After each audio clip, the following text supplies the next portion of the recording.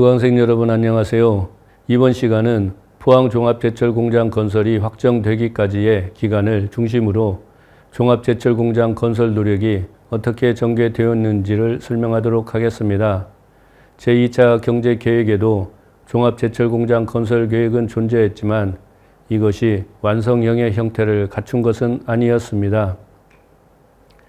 여전히 이 시기에도 종합제철공장 건설 계획은 경험과 지식의 부족, 현실의 제약 요인에 직면하여 시행착오를 겪으며 진화해 갔습니다.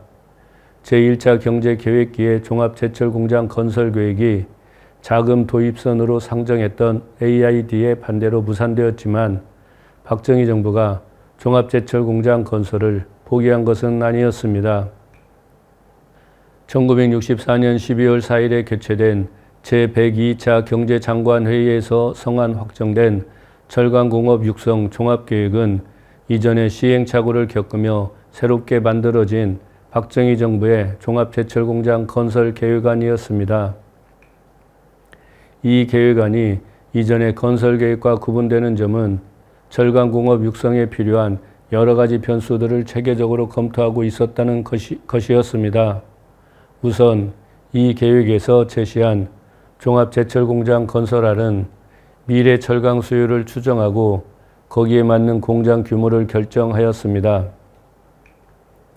이 계획에서는 1967년에 철강 수요를 38만 톤, 1970년에는 48만 톤, 1975년에는 72만 톤으로 추정하고 종합제철공장 건설을 위한 외자 교섭에서 완공까지 3 내지 4년의 시간이 소요된다는 점을 고려할 때 1970년의 수요를 기준으로, 즉 조강 기준으로 50만 톤 규모의 공장을 건설할 것을 계획하였습니다.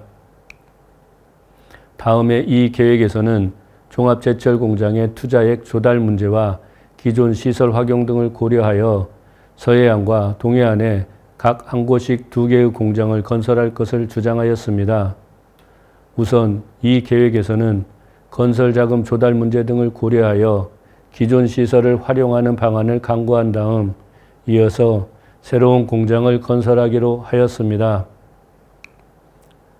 앞서 소개한 바와 같이 인천에는 제광과 압연 제품을 생산하는 대한중공업공사가 활동하고 있었기 때문에 이 기업을 적극 활용하자는 것이었습니다. 대한중공업공사는 1961년에 인천중공업으로 회사명을 변경했는데 이 공장을 활용할 경우 2가지 이점이 있었습니다. 우선 선철에 대한 수요가 존재하기 때문에 판매 문제를 걱정할 것이 없었고, 다음에는 제선시설만 건설하면 되었기 때문에 건설 자금도 줄일 수 있었습니다. 이에 근거하여 정부는 인천중공업에 최소 10만 톤 이상의 제선시설을 건설하기로 결정하였습니다. 그러나 이 정도로는 향후 예상되는 철강 수요를 충족할 수 없었기 때문에 울산 지역에 최소 30만 톤 이상의 종합제철소를 건설하기로 계획하였던 것입니다. 이 표는 제2차 경제계획에서 제시한 종합제철공장 건설계획 내용을 정리한 것입니다. 제2차 경제계획은 앞서 설명한 철강공업 육성 종합계획의 내용을 충실히 반영하고 있다는 것을 확인할 수 있습니다. 우선 정부는 서해안에 기존의 인천중공업을 활용하여 1966년부터 1968년까지 12만 5천 톤 규모의 제선시설을 건설하고 1969년부터 12만 5천 톤의 선철을 생산하기로 계획하였습니다. 뒤에서 설명하겠지만 표의 인천제철소는 인천중공업이 인천제철주식회사에 합병된 뒤의 회사명입니다. 그리고 동해안 지역에는 1968년에 착공하여 1971년 준공을 목표로 50만 톤 규모의 종합제철 공장을 추가로 건설하기로 계획했던 것입니다. 표에서 확인할 수 있듯이 철강공업 육성 종합계획에서는 명확하지 않았던 건설 주체를 민간 기업으로 명시한 것은 변화라면 변화라고 할 수 있을 것입니다. 뷰에서 확인할 수 있듯이 기존 시설을 활용하여 최선 시설을 건설하는 데 필요한 외자액이 800만 달러여서 신규 종합제철 공장을 건설하는 것보다 투자액을 크게 절약할 수 있었습니다. 이와 같이 제2차 경제계획에서는 철강공업 육성 종합계획에서 제시한 방향대로 서해안과 동해안에 각 한 곳씩 2개의 일관 제철소를 건설하고자 계획하였고 실제 그것은 실행되었습니다. 우선 인천 제철소를 활용한 제성공장 건설 과정을 살펴보도록 하겠습니다. 앞서 잠깐 언급했듯이 대한중공업공사는 1961년에 인천중공업 주식회사로 개명했지만 국영기업이었습니다. 그러나 정부는 종합제철공장을 민간기업 주도로 건설하기를 원했기 때문에 아프표에서 제시한 대로 투자 주체를 민간으로 지정했던 것입니다. 이에 이동준 등이 중심이 되어 1964년 10월에 인천제철 주식회사를 설립하여 1965년 1월 서독에 대마금 및 루르기사와 자본제 도입 계약을 체결하였습니다. 물론 인천제철은 인천중공업을 불화받아 인천중공업의 기존 제강시설과 아변시설을 활용한다는 조건 하에서 12만 5천 톤 규모의 제성공장을 건설한다는 계획이었습니다. 인천제철이 서독의 회사로부터 도입하고자 했던 설비는 SLRN 예비환원로와 개방형의 전기 제선로를 결합한 특수제철법에 해당하는 것이었습니다. 인천제철이 이와 같이 특수제철법을 선택한 이유는 국산의 무연탄과 철광석을 활용할 수 있어 경제성을 갖출 수 있다는 것이었습니다. 즉, 지금까지 종합제철공장 건설 계획이 좌절되었던 중요한 이유 중에 하나가 원료인 철광석과 연료인 코크수용 역청탄의 수입 필요성으로 경제성에 의문이 제기되었기 때문인데 상기한 특수제철법을 사용하면 국산의 철광석과 무연탄을 사용할 수 있다는 것이었습니다. 그러나 이러한 특수제철법에는 처음부터 학계에서 의문이 제기되었습니다. 대한금속학회는 인천제철에서 채택한 특수제철법은 기술적으로 아직 대량 생산 방식으로 확인된 것이 아니라고 주장하며 제선 설비는 대다수 제철 회사가 채택해온 기술과 생산성이 이미 확인된 고로 방식에 의존해야 한다고 주장하였습니다.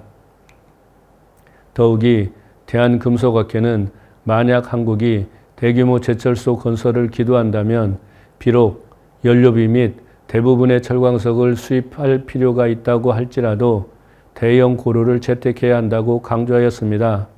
그러나 정부는 인천제철이 신청한 외자 도입을 1965년 12월에 허가해 주어 인천제철의 제성공장은 착공되었습니다. 차관 도입 당시 전기 제선로는 1967년 10월 말에 예비 환원로는 1967년 12월 말까지 준공하기로 계획되었으나 공사가 지연되어 공장 건설은 1968년 12월에야 완공되었습니다. 이에 1969년부터 시험 생산을 위한 가동이 개시되었지만 연이은 고장과 조업 사고로 설치 시설의 성능은 전혀 보장할 수 없게 되어 준공식은 1970년 10월에야 개최될 정도였습니다. 게다가 그 사이에 제품 생산은 이루어지지 않아 경영상 어려움은 가중되었습니다.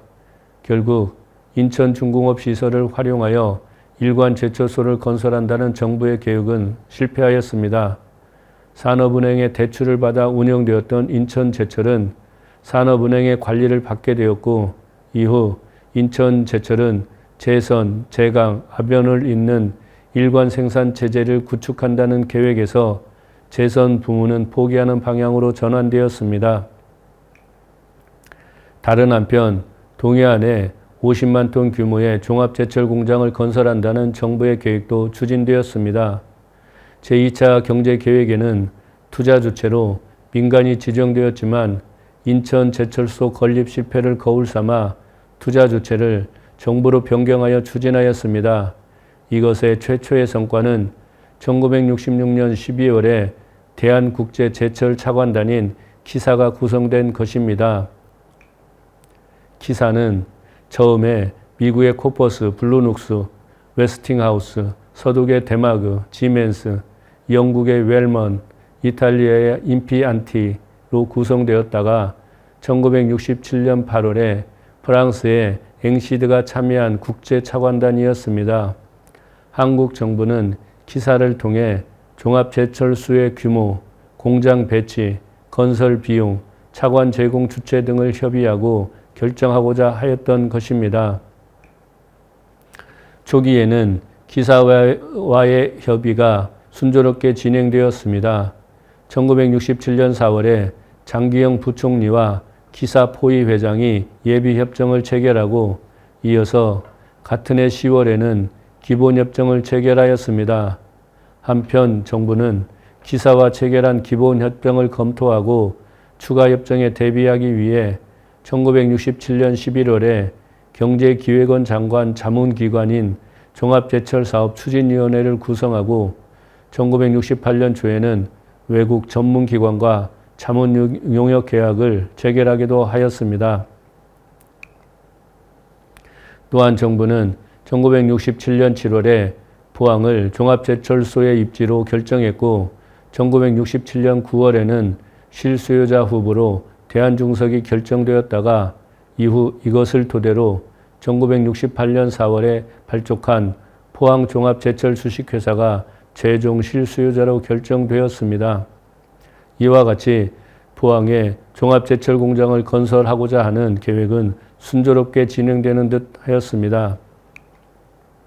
그러나 키사에서 차관 도입선으로 예정했던 미국 수출입은행이 한국의 차관 신청에 대해 거부 의사를 표명하자 키사를 통해 종합제철공장을 건설하고자 했던 계획은 위기에 직면하였습니다. 키사와의 기본계획에 따르면 종합제철공장 규모는 조강 기준으로 60만 톤이었는데 세계은행은 이것의 경제적 타당성에 의문을 제기했고 이것은 미국 수출입은행이 차관 제공을 거부한 이유였던 것입니다. 이로써 키사를 통해 종합제철공장을 건설하겠다는 박정희 정부의 구상은 좌절되었던 것입니다. 이상과 같이 제2차 경제계획기에 추진된 종합제철공장 건설을 위한 노력은 철강 기술에 대한 이해 부족, 국내 수요를 전제로 한 공장 규모가 철강 공업의 최소 효율 규모에 훨씬 미치지 못해 경제적 타당성을 확보하지 못한다는 점 등의 이유로 좌절 위기에 빠졌던 것입니다.